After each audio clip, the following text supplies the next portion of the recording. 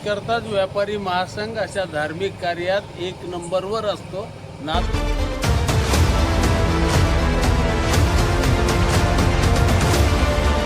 व्यापारी महासंघ हे व्यापार नाही तर जनतेची सेवा सुद्धा करणारा हे आमचं संघटना आहे.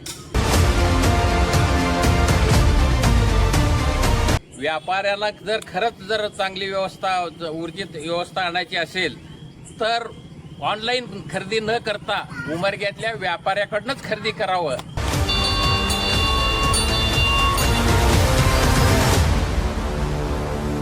अभिमान वाटतो. कशाबद्दल अभिमान वाटतो? आमचे व्यापारी ज्या वेळेस अडचण आली किंवा मदतीचा योग आला त्यावेळेस सर्व येऊन मदत करतात. व्यापारी महासंघाचा सर्वच सामाजिक कार्यामध्ये आमचा हिरिरीनं भाग असतो.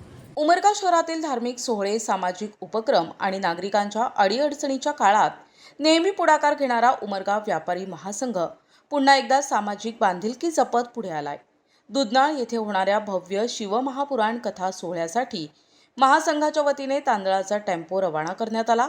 यावेळी स्थानिक व्यापारी सक्षम राहावेत यासाठी नागरिकांनी ऑनलाईन खरेदीपेक्षा स्थानिक बाजारपेठेला प्राधान्य द्यावे असे आवाहन पदाधिकाऱ्यांनी NTVशी बोलताना केलंय. उमरगा तालुक्यातील दुधनाळ येथे 27 मे ते 2 जून दरम्यान आयोजित करण्यात आलेल्या शिवमहापुराण कथा सोहळ्यासाठी सर्वत्र जय्यत तयारी सुरू आहे.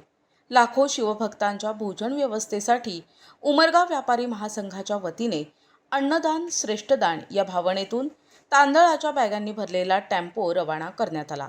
यापूर्वी ग्रामदैवत श्री महादेव मंदिरात महाआरती करण्यात आली. त्यानंतर हर हर महादेवच्या जयघोषात वाहनाची पूजा करून टेम्पो दुधनाळकडे रवाना करण्यात आला. नेहमीकरताच व्यापारी महासंघ अशा धार्मिक कार्यात एक नंबरवर असतो. नाथषष्टीपासूनचा सगळ्यांना अनुभव आहे. कोणत्याही वेळेला मागे सरलेले नाहीत आणि एवढा मोठा योग आलाय तिथं छोटासा खारीचा वाटा आपल्या महासंघाचा आहे.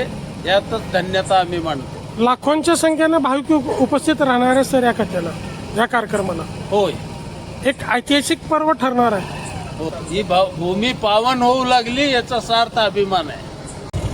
व्यापारी महासंघ नुसताच व्यापार बघत नाहीये, स्वार्थ बघत नाहीये, तर प्रत्येक उमरग्यात जे मोठे कार्यक्रम झालेत त्यावेळेस व्यापाऱ्यांनी हिरिरीनं भाग घेऊन प्रत्येक कार्यक्रम यशस्वी केलेला आहे.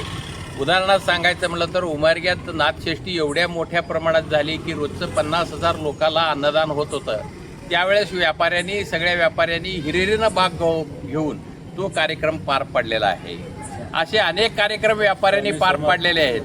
आणि दुसरी महत्त्वाची, कोरोना पिरियडमध्ये आपल्या तोतला साहेबांच्या प्रेरणेने आम्ही रोजचं 500 पाकिट पेशंटपर्यंत पोहोचत होतो आणि त्यांच्या नातेवाईकांपर्यंत पोहोचत होतो. हे सगळ्यात मोठं कार्य तोतला साहेबांच्या मार्गदर्शनाखाली आणि व्यापारी महासंघाच्या सहकार्याने हे कार्यक्रम आम्ही पार पाडलेलो आहोत.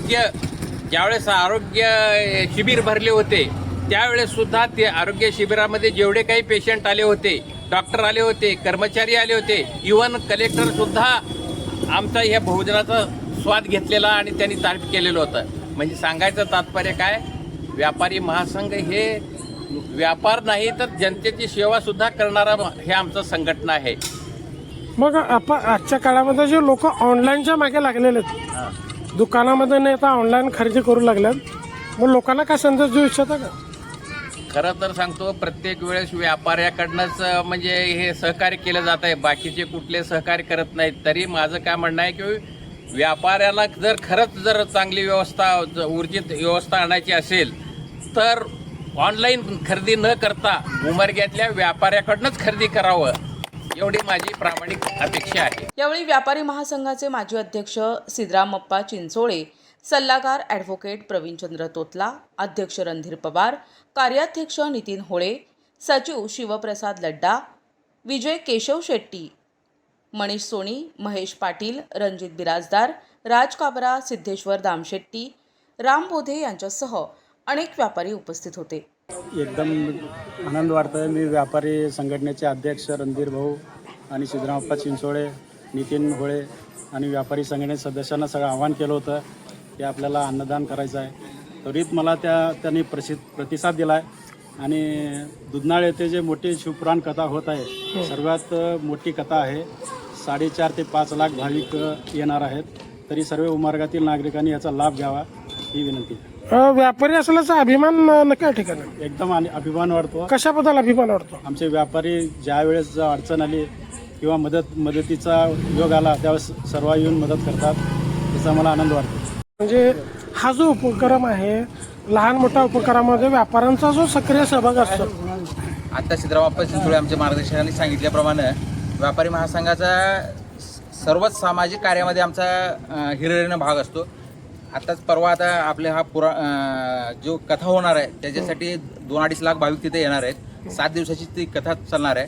त्यामुळे 2-2.5 लाख भाविक हे प्रसादाचा लाभ घेणार आहेत. त्यांच्या आव्हानाला प्रतिसाद म्हणून आम्ही सर्व व्यापारी महासंघाच्या वतीनं असं एक ठरवलं की बाबा आपण त्यांना एक ट्रक तांदूळ आपण त्यांना भेट स्वरूपात देऊया.